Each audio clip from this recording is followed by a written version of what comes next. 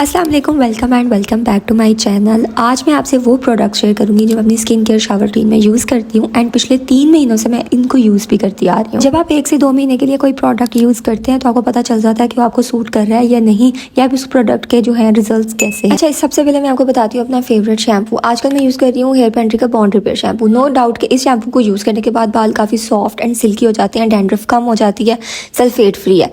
लेकिन इस शैम्पू से ज़्यादा अच्छा मुझे हेयर अफेयर्स बाय MS का शैम्पू लगा था, क्योंकि उसको यूज़ करने से मेरी डैंड्रफ कंट्रोल हो गई थी, बाल बहुत सिल्की एंड सॉफ्ट हो गए थे एंड स्कैल्प भी नीट हो गई थी। बट इसको भी मैं 8/10 रेट आउट करूँगी। दूसरी बात, अगर आप कोई अफोर्डेबल और अच्छा कंडीशनर चाहते हैं ना अपनी शावर रूटीन में, तो मैं आपको ट्रेसमे का ये कंडीशनर जो है रिकमेंड कर रही हूँ।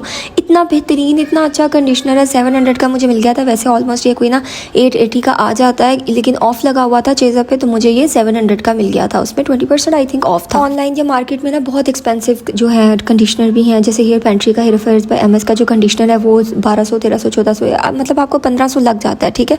और हेयर मास्क भी बहुत ज़्यादा एक्सपेंसिव है, तो हेयर मास्क की जगह भी ये वर्क करेगा, हेयर कंडीशनर का भी ये वर्क करेगा, और ये बहुत अच्छा मेरी तरफ से रिकमेंडेड है। आप इसको परचेज कर लें, आपके बाल और ज़्यादा सॉफ्ट एंड सिल्की हो जाए। ये दो चीज़ें, शैम्पू एंड कंडीशनर, तो सब यूज़ करते हैं, बेसिक है। बट अब मैं बात करने लगी हूँ ग्लैमली फैमी ग्लो के बारे में। इंटीमेट वॉश भी अपनी स्किन के रूटीन में ऐड करें, क्योंकि जो नॉर्मल सोप है ना, उसकी pH हमारे विजाइनल pH से नहीं मैच होती है। बहुत सारी खवातीन ऐसे हैं, उनको गर्मी आते ही खारिश, पसीना और पीरियड्स के बाद रैश हो जाते हैं, ठीक है।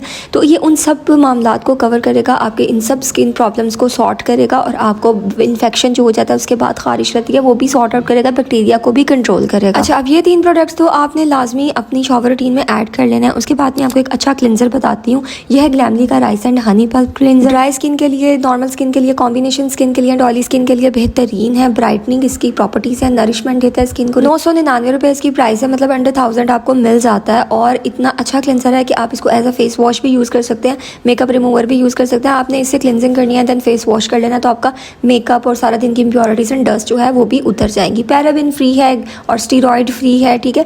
मेरी स्किन पे भी बहुत सूट किया। मेरी ड्राई स्किन है, लेकिन मेरी स्किन पे ना बहुत कम क्लिनजर सूट करते हैं, तो मुझे ये सूट करता है। अच्छा, अब मैं आपको बताती हूँ हेयर सीरम के बारे में। ये मैंने मंगवाया था जस्ट आमना से। मैंने ट्राई करने थे इनके प्रोडक्ट्स, क्योंकि मैंने बहुत सारे सीरम ट्राई किए हैं, जिसमें एक लॉरियल का सीरम भी था। तो मैं आपको कह सकती हूँ कि डेफिनेटली आई बेट के ये लॉरियल के सीरम को जो है वो कम्पीट कर सकता है। 1000 रुपीज़ इसकी प्राइस है और बहुत इसकी अच्छी क्वांटिटी है, आपका आराम से महीना चल जाएगा। उसके बाद एक बहुत इंपॉर्टेंट मसला है समर्स में, विंटर्स में भी कुछ लोगों को स्वेटिंग का, बैड टोर का, उनसे पसीने की बदबू बहुत गंदी आती है और अंडर आर्म्स काले हो जाते हैं।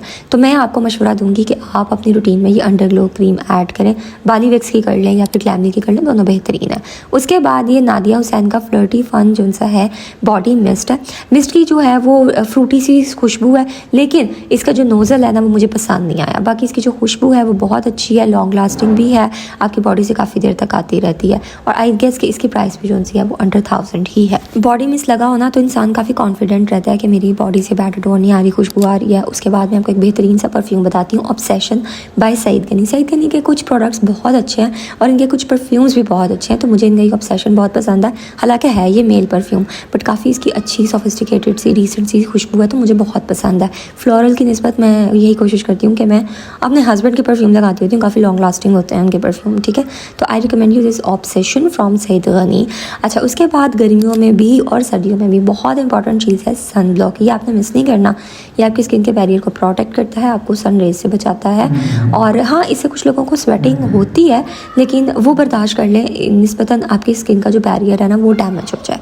तो मैं आपको रिकमेंड करती हूँ ग्लैमली का ये वाला sun block for all skin types है, स्टीरॉयड फ्री है और बहुत अच्छा प्रोडक्ट है, मैं इसको यूज़ करती हूँ।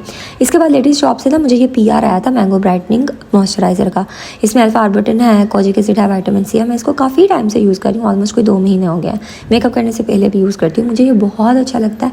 वाकई इसको यूज़ करने के बाद जो ड्राई स्किन है ना वो काफ़ी देर तक हाइड्रेट रहती है एंड ये आपको ब्राइटनिंग इफेक्ट भी देता है बॉडी पे भी, फेस पे भी। तो ये सारे प्रोडक्ट्स हैं जो मैंने पिछले 3 महीनों में यूज़ किए हैं, मुझे अच्छे लगे। जो कुछ जो है जो मैंने रिकमेंड भी कर दिया, आपको प्राइस भी बता दिया आपको। अब आपने मेरे चैनल को सब्सक्राइब करना नहीं भूलना और मुझे ऐसे ही मोटिवेट करते रहना है। पिछली कुछ वीडियोस आपको बहुत पसंद आई हैं और मैं इस तरह से बहुत अच्छे स्किन के प्रोडक्ट्स आपको बताती